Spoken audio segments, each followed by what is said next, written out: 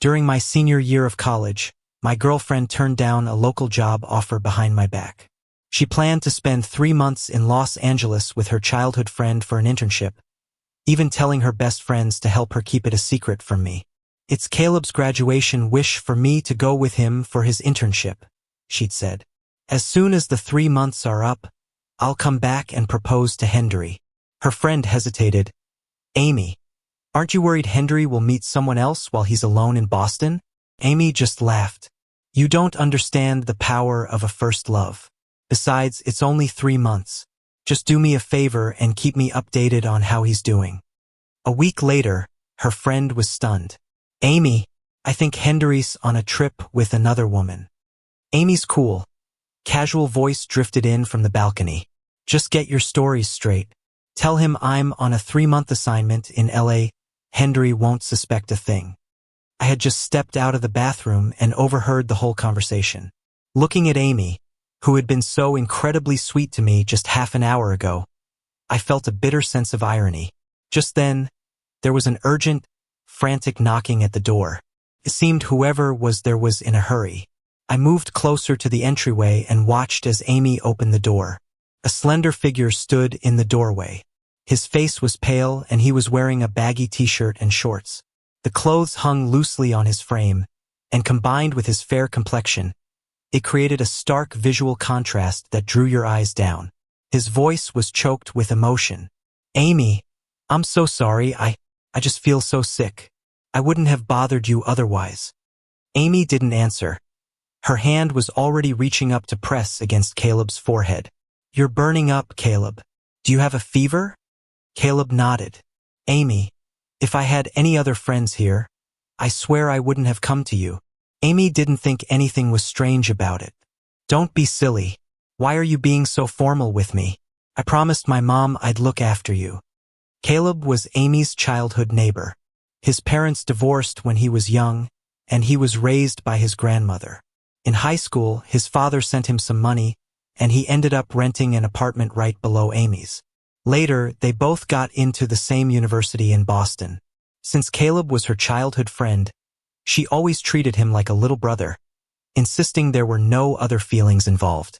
That's why she'd been able to fall for me at first sight during our sophomore year and pursue me so intensely. I used to believe her too, that she just felt sorry for him for not having his parents around and saw him as a brother. Who knew he was more of a lover than a little brother? I couldn't help but let out a laugh. Hearing the laugh, both Amy and Caleb turned their heads. When Caleb saw me, his face filled with surprise, and he quickly took a step back, putting some distance between himself and Amy. His voice, however, sounded weak and flustered. "Amy, I didn't know Hendery was here. Am I interrupting?" Amy pulled back her hand, which had been frozen in midair.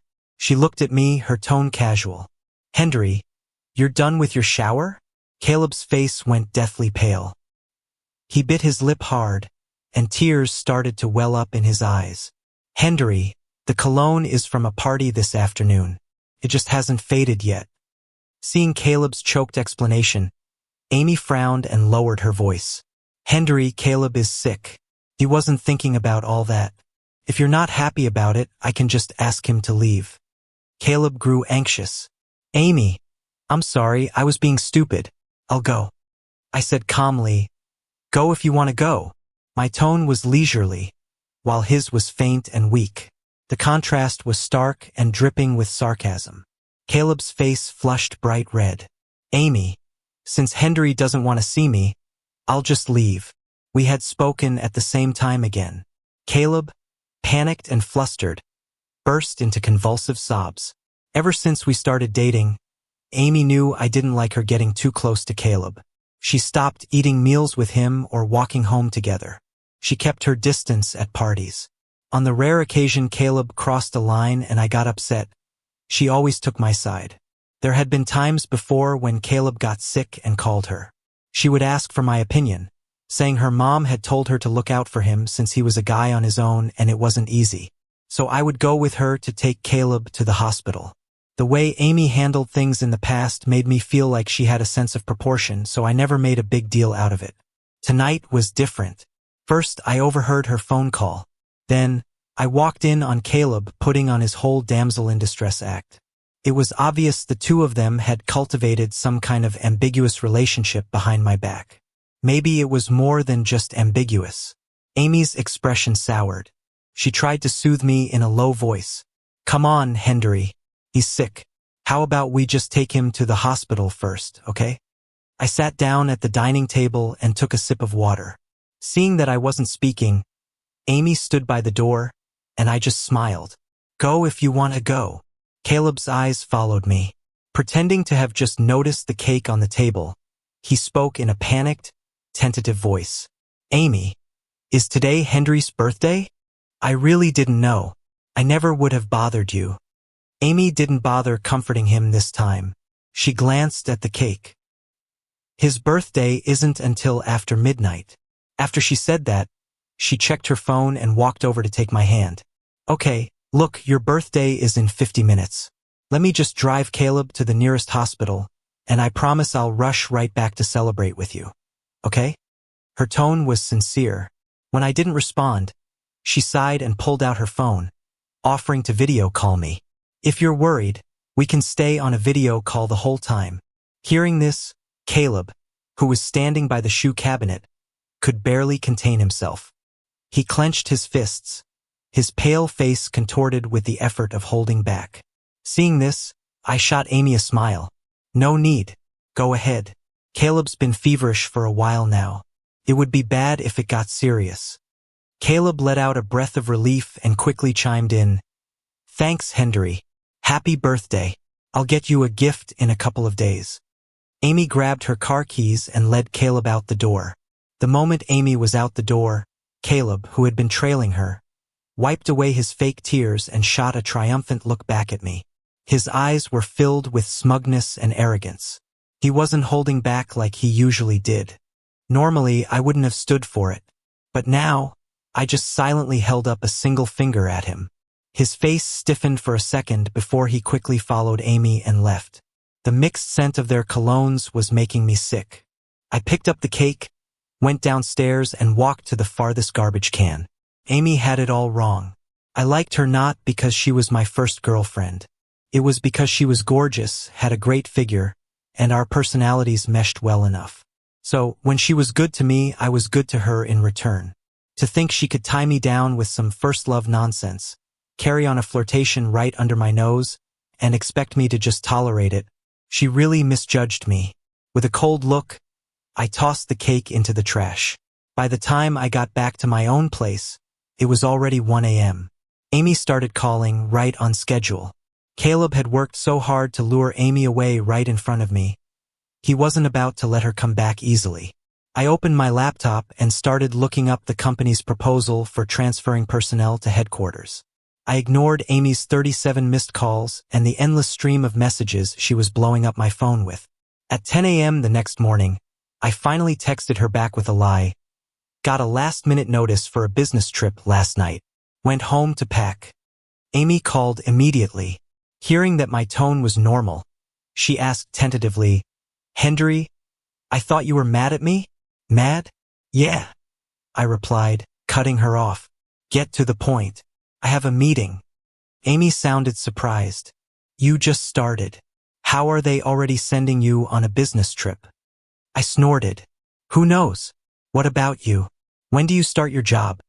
Back in our junior year, Amy and I had decided to stay in Boston to work and build a life here. We had even found internships we liked at different companies in the city. Amy's family business was run by her uncle, who didn't get along with her dad, so there were no plans for her to go back and work there yet. She'd found a pretty good tech company to intern at. Who knew she would secretly turn down a local job to spend 3 months in LA with Caleb, only to come back and propose to me? She must have watched too many movies. Did she really think we could do the whole long-distance thing? Amy's tone was light. "Hendery, I was actually going to tell you after your birthday. One of the conditions for my job is that I have to spend 3 months in LA first. But don't worry. I promise I'll fly back every weekend to see you. If you take out the weekends, it's really only a few days we won't see each other. Or if you miss me, I can take time off and come back whenever." Amy had initially insisted on waiting for me to get back from my trip to see me before she left.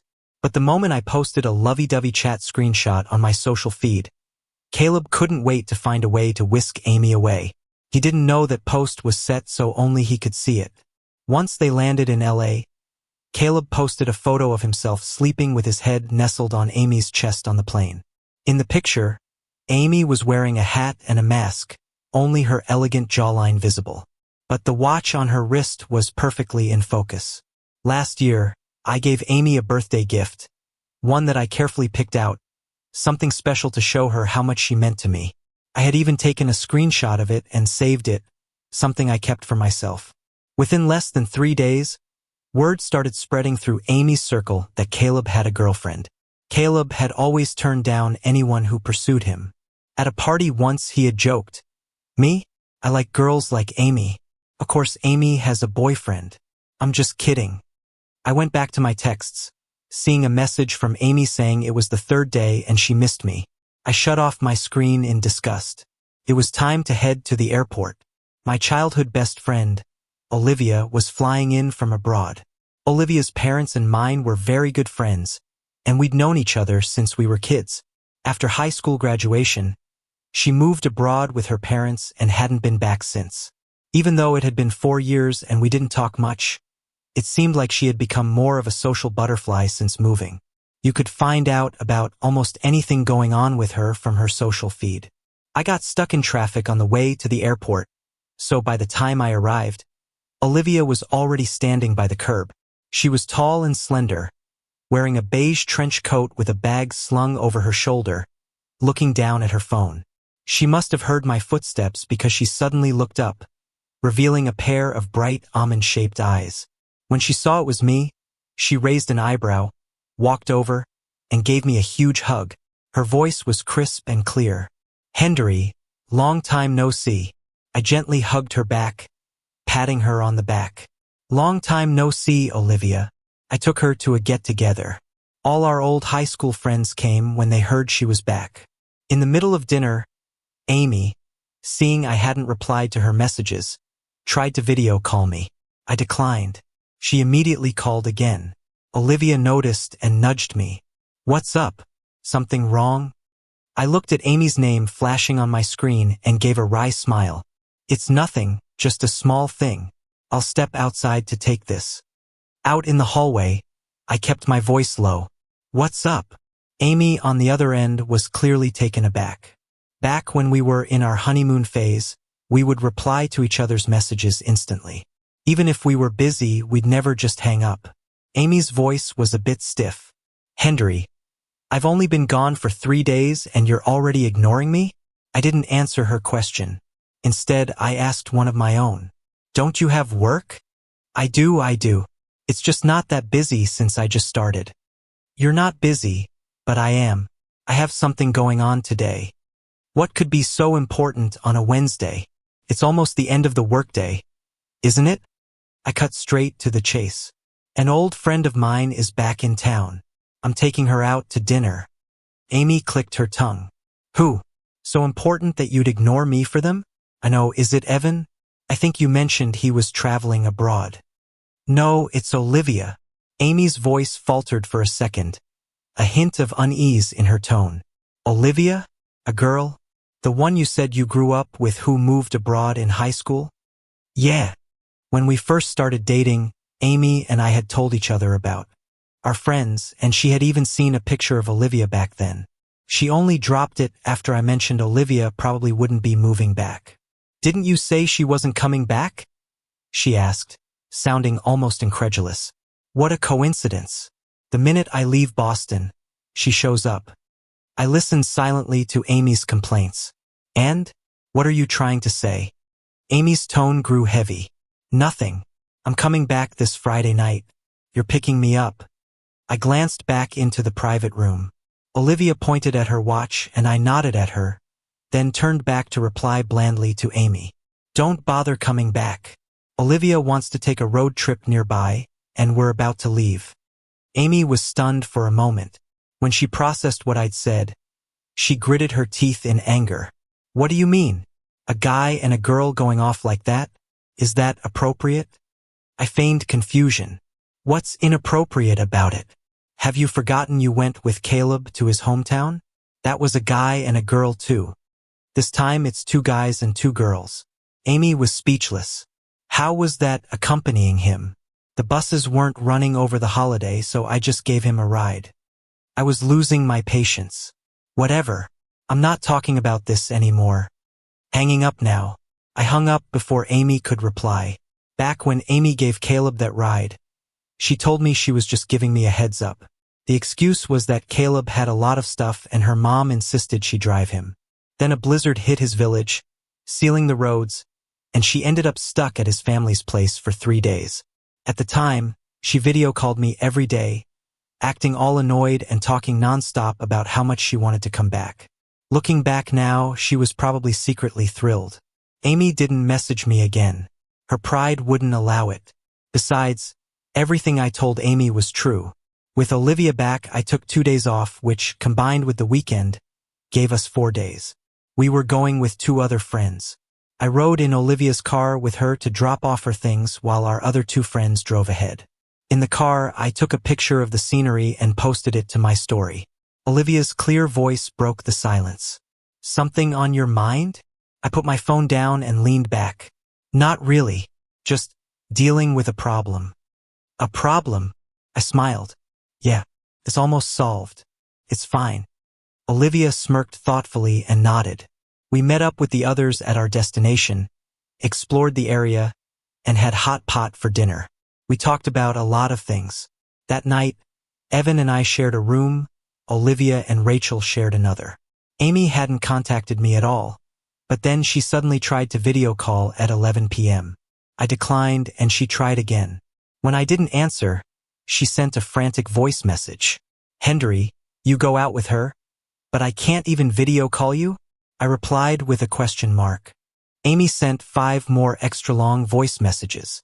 I couldn't even be bothered to listen. I just texted back. Get to the point. She immediately started typing. Let me see. I'm feeling uneasy. I accepted the video call and stared silently at Amy. She frowned, scanning my surroundings until Rachel walked past in the background. Then she forced a casual smile. Have you missed me? I took a sip of water. No. Amy half joked. Fine. If you don't miss me, then I won't come back next week either. Fine by me. I've got stuff to do, so I'm hanging up. Hendery, wait. I hung up decisively. After my shower, I posted a picture. In the photo, Evan and I were in the middle with Olivia and Rachel on either side of us, all of us with huge smiles on our faces. The picture was a recreation of a pose from high school. Amy left a question mark in the comments. I ignored it and went to sleep. For 3 whole days, Amy was radio silent, but she started posting to her story constantly. She didn't know that, besides her, Caleb was posting too. Except Caleb's posts were set so only I could see them. For instance, Amy would post a picture from a group dinner. Then Caleb would post a picture of Amy's back from the same dinner. The 2 of them went back and forth, completely flooding my feed. They were making sure I knew exactly what they were up to. About 2 weeks later, Amy suddenly showed up back in town during the week. I had just walked out of my office building and saw her car parked on the side of the road. She got out as soon as she saw me. Amy was wearing a white blouse that accentuated her slim figure, causing more than a few heads to turn. As I approached her, her stern expression softened, and she reached out to hug me. I sidestepped her. Amy's eyes went cold for a moment, but she quickly suppressed it, retracting her hand with a smile. Hendery, surprise. I took time off just to come back for you. How about we go to that restaurant you booked for your birthday? For my birthday, she had booked my favorite restaurant, but we never ended up going. I checked the time. I have an important meeting at the office tonight. You should go by yourself. Amy's tone stiffened. I came back especially for you. Can't you take the day off? Can't. Amy's face fell as she demanded. You could take time off when Olivia came back, but you can't for me? I answered coolly, looking straight into her eyes. Nope, can't. Amy gritted her teeth, her voice tight with suppressed anger. Hendery, you've really got some nerve. I really do have a meeting. I don't have time to argue with you right now. As I tried to walk past her, she grabbed my wrist. She took a deep breath, and her tone softened. Hendery, if you're still mad about me taking Caleb to the hospital, I'm sorry. I tried to shake my hand free, but she held on tight. I met her gaze and said, Amy, I really don't have time for this right now. Let go. No. I yanked my arm away, took a step back, and said sternly, Can you please? I told Amy, Stop making a scene. I really have to get to my meeting. I rarely used that tone with her. It usually meant my patience had truly run out. Her eyes darkened, and she fell silent. Not waiting for her to speak, I went and bought a sandwich before quickly heading back to the office. The meeting didn't end until 10 p.m.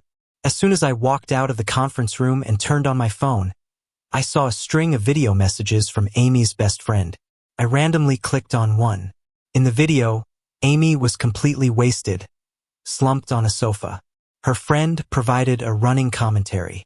Hendery, Amy really canceled something important to come back for you. Please don't be mad anymore. She's been so upset about what happened this afternoon that she's drinking herself sick. You have no idea. As soon as Amy got drunk, all these hot guys started hitting on her. It was so dangerous. Why don't you come pick her up? The address is... I didn't finish listening. I just closed the video and blocked her. Stretching as I walked out, I thought to myself, after a long day, who has the energy to listen to their drama? When I got home, I found a cute stuffed animal that Olivia had sent over by courier. She sent me a gift every year and I always sent one back. Only this year, the birthday gift was a little late. Beneath the stuffed animal was a gift box. Inside was an exquisite watch that was clearly expensive. I texted her to say thanks, and she replied with an emoji. Then you can treat me to dinner. I was trying to get back before your birthday, but something came up. No big deal. You picked the time and place. My treat. I saw a seaside restaurant with good reviews. This weekend? Sounds good. Send me the location. The next day, I found out that it was Caleb who had taken Amy home the night before. He had come back too. And the very important thing Amy supposedly canceled was Caleb's birthday. After sobering up, Amy threw a fit when she learned I hadn't come for her. Caleb stood beside her with red-rimmed eyes, which only made her more irritated. Her friend went over to comfort her. She said that since we'd been together for so long, my sudden change in behavior was probably because I had started working. After all, it wasn't like being in school where there's so much freedom. How did I know all this?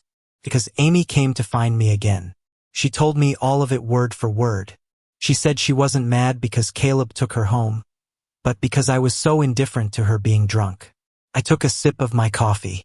So, you expect someone who worked until midnight, dead tired, to drive 50 miles round trip just to pick you up? Amy was completely speechless, struggling to keep her voice down. So you're saying that even if I were in danger, you wouldn't care because of the distance? I was baffled. What danger could there be? If you're there, Caleb is definitely there, not to mention your best friend. Amy took a deep breath. But they're not you. So you're throwing a fit because I went to work instead of picking you up? Amy let out a bitter laugh, her face growing darker. She asked in disbelief, You think this is me throwing a fit? I shook my head. Then what are you trying to say? Amy's emotions clouded her eyes. Her slender frame seemed to stoop, and her voice grew hoarse. Do you have to be like this, Hendery? I don't know what's wrong with you. I've been in LA for less than a month, and you've completely changed. If you didn't want me to go, you should have just told me. Why did you have to keep sulking about it? And now you're deliberately using Olivia to make me angry? I looked at Amy and asked softly, Does it make you angry, me being with Olivia? Yes. Why? Amy tried to control her voice. Why do you think? Is she the only friend Olivia has since she came back from abroad? Did you have to be the one to pick her up from the airport? You even took time off to go on a trip with her and took that kind of picture. She was practically plastered all over you. When I came back to see you, you were completely distracted. Isn't it because of her? She's clearly a manipulative bitch, just pretending to be your friend. Amy's eyes were filled with resentment, and her words grew uglier. After her outburst, I folded my arms, leaned back, and looked down at her. She realized she had lost her composure and fell silent. I asked slowly, "What's wrong with any of that? Haven't you and Caleb always been like that? Taking pictures, eating together, helping each other out? He acts like he has no other friends besides you. Why don't you find that strange? Instead, you're here questioning me? A manipulative bitch? Are you saying you've always known that kind of thing exists?" Amy's face froze. My questions left her speechless. Finally, she looked down and ran a hand through her hair. "Hendery, in the end, this is still about Caleb. You're still mad. If you hate him that much, then fine. I'll come back. I won't go to LA." I had to laugh at her words. The audacity. I shrugged nonchalantly. "You're wrong. I never cared about Caleb. With the way you're acting, we shouldn't see each other for a while. Let's both cool down." With that, I grabbed my bag and left the coffee shop. That weekend, I went to the seaside restaurant with Olivia. She told me a lot of fun stories about her time abroad. During our conversation, I asked her when she was heading back. She stopped eating halfway through her meal and looked at me, seemingly in thought, before finally saying casually, "There's a pretty good project happening in Boston. If it goes well, I might stay." I nodded. "That's good. Boston is developing really well right now." Olivia's fair, slender fingers picked up a bowl and ladled some soup for me. "What about you? What are your plans?" "Me?" I thought for a moment. "My current company is a good fit in every way. For now, I'm just going to focus on work. Everything else isn't important." Olivia paused, then smiled softly. "You know, you're just like your dad, a workaholic." As she said that, a waiter rolled out a cake decorated with a cute little boy. "Olivia, my birthday was a while ago." "I know, but you love cake." She still remembered after all these years. "When I was a kid, I loved cake more than anything. Whenever I was in a bad mood, I'd buy a slice. So, when I was little, my parents would buy a cake the day before my birthday and another one on the day itself. They said it was to double the happiness." I noticed Olivia was much more composed than before. In high school, she was bubbly and talked a lot. Now, while she still had a bright personality, she was thoughtful and considerate in how she handled things. From picking me up to choosing where we sat, everything was always perfectly arranged. Going out with a friend like that is always relaxing. All you have to do is show up. I thought of Amy. We had traveled together before, but she was the type to just follow my lead. Whatever I planned, she'd go along with it. If I didn't have time to plan, she'd opt for a tour group. Halfway through dinner, everyone in the restaurant suddenly stopped. There was going to be a fireworks show. Soon, brilliant fireworks bloomed in the sky one after another. The restaurant staff was taking pictures for promotion.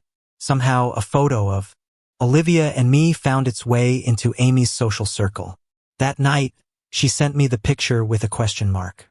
When I didn't reply, she and Caleb left LA overnight. Almost immediately, Caleb posted a picture of 2 plane tickets, the names on them blurred just enough to be illegible. As if he was afraid I wouldn't know, Amy had left with him. Fine by me, I thought. I was enjoying the peace and quiet. I happened to be working overtime at the office anyway. The new address for Olivia's company was right upstairs from mine. She cooked every day and would always bring a portion for me. Half a month later, I was eating at a shop behind campus when I ran into 2 of Caleb's roommates. Their internships were nearby, so they ate here often. When they saw me, they started whispering and exchanging mocking glances. Seeing that I was just eating and not saying anything, I just kept my focus on my food. Their voices got louder and louder, as if to make sure I could hear. They started a back-and-forth routine. "Yeah, what's he so smug about?" No matter how smug he is, Amy still chose Caleb. Caleb and Amy were childhood sweethearts. If he hadn't stuck his nose in it, it never would have been his turn. I bet Amy's about to realize what she really wants and dump him. People around us started to look over at me. The 2 of them couldn't help but snicker. I finished my meal, put down my chopsticks, and turned to face them directly. Seeing me silent, they suddenly choked on their words. I clicked my tongue. I guess it's true what they say. Birds of a feather flock together. Does Caleb know you two are running around announcing that he's teetering on the edge of being a homewrecker? The faces of the people around us lit up with gossip. Caleb's roommates panicked. Hendery, what are you talking about? Caleb is not a homewrecker. How long has he known Amy, and how long have you known Amy? I shot back. If they've known each other so long, how come they're not together? Why did Amy have to chase me? They sneered. How would you know? If you hadn't seduced Amy in the student club, would you have even had a chance? Besides, when it came down to you and Caleb, Amy already made her choice. Why do you think she went to LA? They smirked triumphantly as they spoke. Clapped and nodded. Well then, Caleb still has a chance in LA. You should tell him to go seduce Amy. One of them, a girl with curly blonde hair, got agitated. Caleb's not that kind of person. Amy found out he was going to LA for an internship, so she turned down her job here behind your back to go to LA and take care of him. The reason is she doesn't like you anymore. It's only a matter of time before she breaks up with you. The only one she's ever had in her heart is Caleb. After she said that, the place erupted. The crowd couldn't sit still. If she doesn't like him, why not just break up? Are these two sick in the head? Isn't their roommate basically admitting he's the other man? Yeah, what childhood sweethearts. If your friend has a boyfriend, shouldn't you keep your distance? Going behind her boyfriend's back to live in another city with some childhood friend? What is she if not a cheater? In this day and age, cheaters and homewreckers are so shameless. They brag about it. I suggest you two drag your friend to see a neurologist. The crowd piled on from all sides. The two girls were dumbfounded. They tried to argue back but only got yelled at more fiercely. Someone suddenly chimed in. I know them. The homewrecker is Caleb and the cheater is Amy. Amidst the public outrage, Caleb's roommates fled in humiliation. Before I left, the owner of the restaurant even packed me a dish to go and told me to stay away from toxic women. I thanked him and walked out. 10 minutes after I left the restaurant, Amy called. She was trying to suppress her anger. Hendery, why would you go around telling everyone in public that Caleb is a homewrecker? I told you I could come back. You didn't have to do this. I was walking home under an umbrella with my headphones in, my tone cold. Amy, get it straight. It was Caleb's roommates who called him a homewrecker, not me. If you don't understand the situation, you can ask the restaurant owner for the security footage. Amy stopped short, then sighed deeply. I know those two got carried away and said some things they shouldn't have, but you shouldn't have added fuel to the fire. Now the whole school forum is talking about it. I countered. About what? Saying that you're convinced Caleb is a homewrecker. I waited at a crosswalk, watching the traffic flow by, and said word by word, Amy, the one who decides whether Caleb is a homewrecker has never been me. It's you. Amy was silent for a moment before speaking. I really didn't. I can swear there's nothing going on between me and Caleb. If there's nothing going on, then you should do things that reflect that, not things that make even his roommates misunderstand. Amy let out a cold, humorless laugh. Hendery, you're talking about me, but what about you? You and Olivia have nothing to explain? You told me we needed to cool off.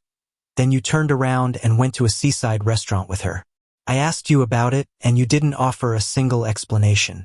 You think if people saw those pictures of you two, they'd believe nothing was going on? What do you think could be going on between me and Olivia? A single man and a single woman at a seaside restaurant with a hotel right next door? Who knows what you two? Amy's suppressed emotions finally burst forth. My voice was calm. Amy, people are mirrors.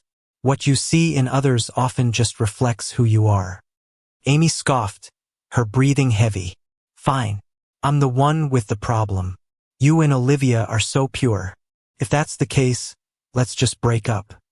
The moment the words left her mouth, she stopped abruptly. I didn't say anything. Seeing my silence, she quickly tried to backtrack.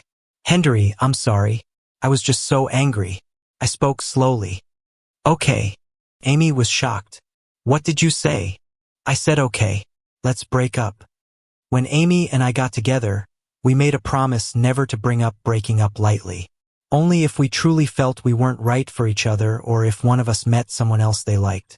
We had our share of arguments, but we always communicated and worked through them.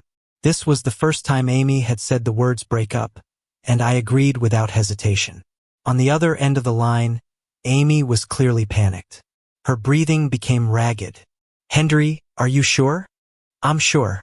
You suggested it, and I agree, Amy." She responded anxiously, "I'm here. Since we're broken up, let's not contact each other again." I hung up and blocked Amy's number and all her social media. On the way home, I bought a small cake to celebrate. A student from a lower year who must have seen the forum posts commented on my social media. He asked if I'd broken up with her. I replied, "Back on the market." Somehow, Olivia was also friends with this student, saw my reply, and even liked it. In just one day, the discussion on the school forums exploded. Amy was already a well-known figure on campus. People started posting old photos of Amy and Caleb spending time alone together. Someone even claimed that they had moved in together just a few days after arriving in LA. The comments were a flood of condemnation. Someone took the opportunity to post the picture of me and Olivia at the seaside restaurant, accusing me of cheating. The whole thing blew up. The restaurant started getting harassed with phone calls. The restaurant owner replied to the netizens. Those two were just having a simple dinner that day. They didn't even hold hands. Okay? And it wasn't just two of them. It was four. He then posted a photo showing four people. Me, Olivia, Evan, and Rachel. There had been four of us all along. The other two had just gotten stuck in traffic and arrived late. They had missed the first round of fireworks. After the truth came out, I heard Amy took an overnight train back to Boston. The next day, Amy, looking exhausted, was waiting with an umbrella downstairs from my apartment. She rushed to block my path as I was heading home. She moved the umbrella over my head, letting herself get soaked. Her voice was low and sincere. "Hendery, I'm so sorry. I didn't know it was Caleb's roommates who started spewing nonsense that day.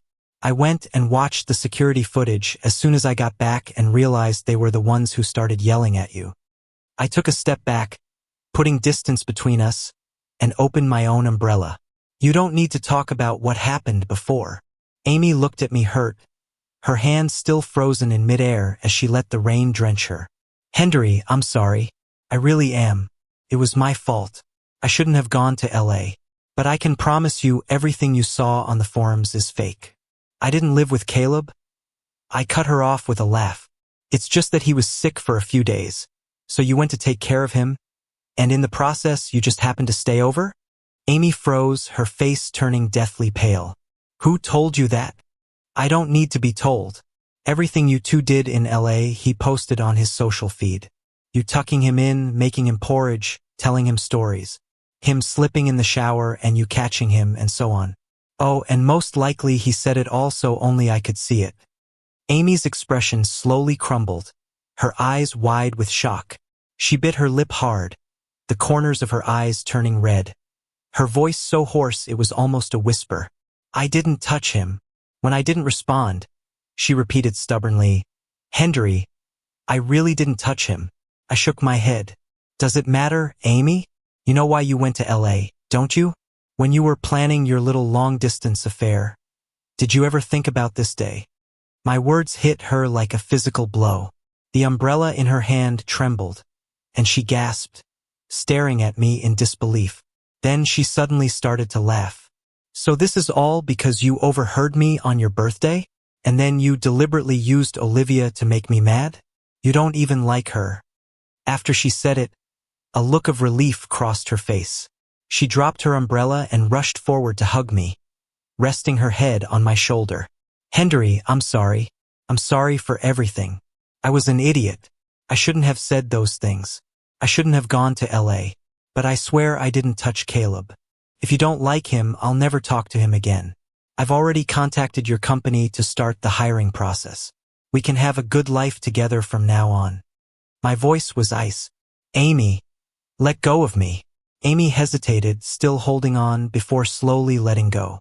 I raised my hand and slapped her hard across the face. The sound was crisp and loud. Her head whipped to the side from the force. To be a cheater who wants to have your cake and eat it too. You're truly disgusting, Amy. You say I used Olivia to make you mad? You're giving yourself too much credit. I never once compared the two of you, because you're not worthy. As Amy stared at me with an expression of pure devastation, I looked into her panicked eyes. I don't care what happens between you and Caleb from now on. We are broken up. I hope you can be a decent ex and stay out of my life. Right there, in front of her, I took off the jacket she had just touched and threw it straight into the trash can. When I got home, Amy was still standing woodenly downstairs. She just stood there, letting the heavy rain soak her, staring motionlessly at my apartment window. Amy still insisted on trying to get a job at my company. She pulled some strings, and when HR was doing her background check, they came to me. I told them the truth. After some hesitation, HR rejected her application. For some reason, Caleb went crazy. He started showing up at my office building to block my way. When security stopped him, he could only stand there and scream insults. Hendery, what right do you have to call me a homewrecker? You knew Amy and I were childhood sweethearts, so why did you agree to date her? She never loved you. You were just something new and exciting. Her going to LA for me was what she truly wanted. You don't deserve to be with her. Caleb's usual frail demeanor was gone. His eyes were red and swollen, and he looked like he wanted to eat me alive. I stopped, walked over to him, and just nodded. You deserve her. I wish you two a long and happy life together. I hope you're locked together forever so you don't go out and ruin anyone else's life. After Caleb went back that day, he hired a bunch of online trolls to launch a massive campaign to clean up his and Amy's reputations. They claimed I was the third party who had interfered in their relationship, deliberately sabotaging their destiny right when they were about to break through their platonic facade. I pulled out my phone and uploaded Amy's voice messages about her long-distance plans, along with all of Caleb's friends-only posts to the internet. A cheater who wanted it all and a homewrecker who knew exactly what he was doing. Soon, the facts spoke for themselves. The story spread, and even people at Amy's family company heard about it. The gossip was rampant, and it had a significant impact. Her uncle, who was already wary of her, used the opportunity to crack down. He put her on house arrest. He publicly announced that Amy was just a distant relative and would never hold a position in the family company, which finally calmed things down. Caleb quit his job in LA and disappeared completely. Amy was also sent away for the time being. A week after it all ended, I was about to transfer to the headquarters in Chicago. Olivia took me out to dinner. She said it was to celebrate my promotion and my breakup. On the day she came to see me off at the airport, the weather had turned cold. Olivia had brought me a hat and scarf. It's cold in Chicago. Make sure you stay warm when you get there. She paused. As soon as I get things sorted out here, I'll head over too. I smiled. Olivia, does your company have business everywhere? It's quite a coincidence that you have work in Chicago too. Olivia's eyes twinkled with a smile. Yes, it is. A real coincidence. She tied the scarf for me and gently smoothed my hair. Hendery, when you get there, you're treating me to dinner. I laughed. Okay, see you in Chicago then. Wait for me.